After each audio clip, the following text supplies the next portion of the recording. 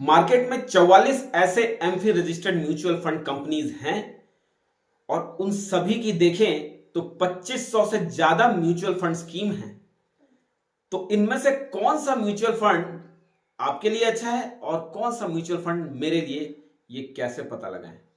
नमस्कार, मैं Saket Smita finance YouTube channel में आपका स्वागत करता हूं और आज हम उन 7 पॉइंट्स पर डिस्कस करेंगे जिससे हमें सही म्यूचुअल फंड चुनने में मदद मिलेगी। पॉइंट 1 है financial goal and duration.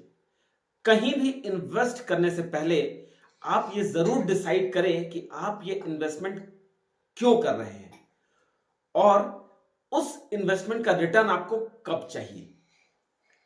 Investment का गोल कुछ भी हो सकता है, जैसे child marriage, child education, retirement planning, corpus building, wealth creation, etc etc. Point 2, आपको पैसे कब चाहिए। अगर आपकी इन्वेस्टमेंट शॉर्ट टर्म है, मतलब 3 साल या उससे कम है, तो आप डेब्ट फंड में पैसा लगा सकते हैं। इसमें रिस्क कम होता है और आपको आपके इन्वेस्टमेंट की सही वैल्यू मिल जाती है। पर अगर आपकी इन्वेस्टमेंट मीडियम टर्म मतलब 10 साल की है, तो आप अपने पैसे को डेब्ट और इक्विटी फंड में आधा आधा लगा सकते हैं। ये इक्विटी फंड और डेब्ट फंड के बीच एक बैलेंस होगा और अगर आपकी प्लानिंग लॉन्ग टर्म की है, मतलब रिटायरमेंट प्लानिंग जैसे 20 साल या उससे ज्यादा की, तो आप इस लॉन्ग ड्यूरेशन में ज्यादा रिस्क ले सकते हैं। तो आप 20 to 30% पैसा डेब्ट फंड में और 70 to 80% पैसा इक्विटी फंड में लगा सकते हैं। पॉइंट 3, एसेट मैनेजमेंट कंपनी और फंड मैनेजर्स। हम अपना हार्ड अर्न मनी किसी के भी हाथ में देने से पहले ये देखें कि हमें पैसे वापस मिलेंगे भी या नहीं। उसी तरह म्यूचुअल फंड लेने से पहले एसेट मैनेजमेंट कंपनी और फंड मैनेजर के बारे में भी जरूर जानकारी ले लें कि कौन कौन से फंड हैं और उनका रिस्पॉन्स कैसा है। Point 4, diversification. आप ये जरूर जानें कि म्यूचुअल फंड कंपनीज किन किन सेक्टरों में इन्वेस्ट करती है। यहां पर मैं आपको जरूर बताना चाहूंगा कि एएमसी भी 2 तरीके से इन्वेस्ट करती है। एक तो सेक्टर्स में इन्वेस्ट करती है और दूसरा किसी एक सेक्टर में इन्वेस्ट, मतलब कुछ म्यूचुअल फंड कई सेक्टरों में इन्वेस्ट करते हैं और कुछ किसी एक ही सेक्टर में इन्वेस्ट करते हैं।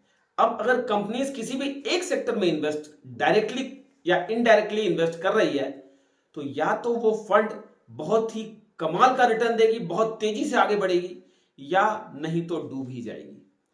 और अगर कंपनी कई अलग अलग सेक्टर में इन्वेस्ट कर रही है, तो लगातार रिटर्न अच्छे आने की संभावना ज्यादा रहेगी। Point 5, point to point return और rolling return. Point to point return का मतलब है कि किसी भी पर्टिकुलर टाइम पीरियड के लिए, 1, 2 या 3 साल के लिए उन्होंने कैसा परफॉर्म किया, मतलब फंड ने कैसा परफॉर्म किया।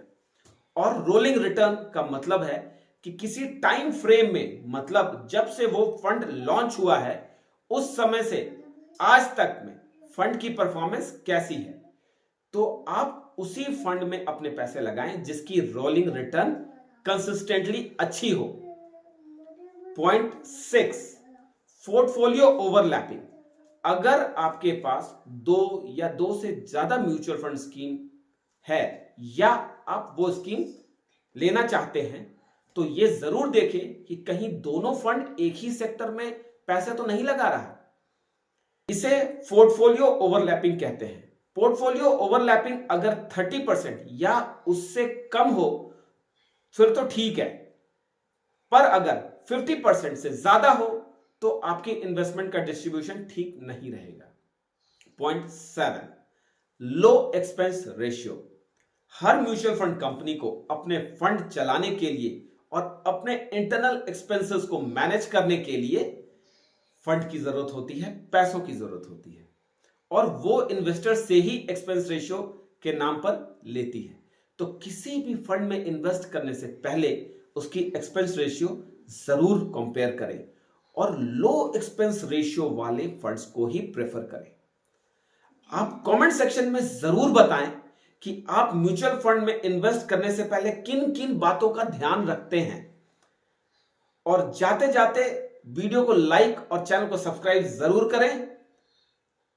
वीडियो को अंत तक देखने के लिए और हमें इतना प्यार देने के लिए आपका बहुत बहुत धन्यवाद। So keep smiling, stay healthy, signing off, जय हिंद।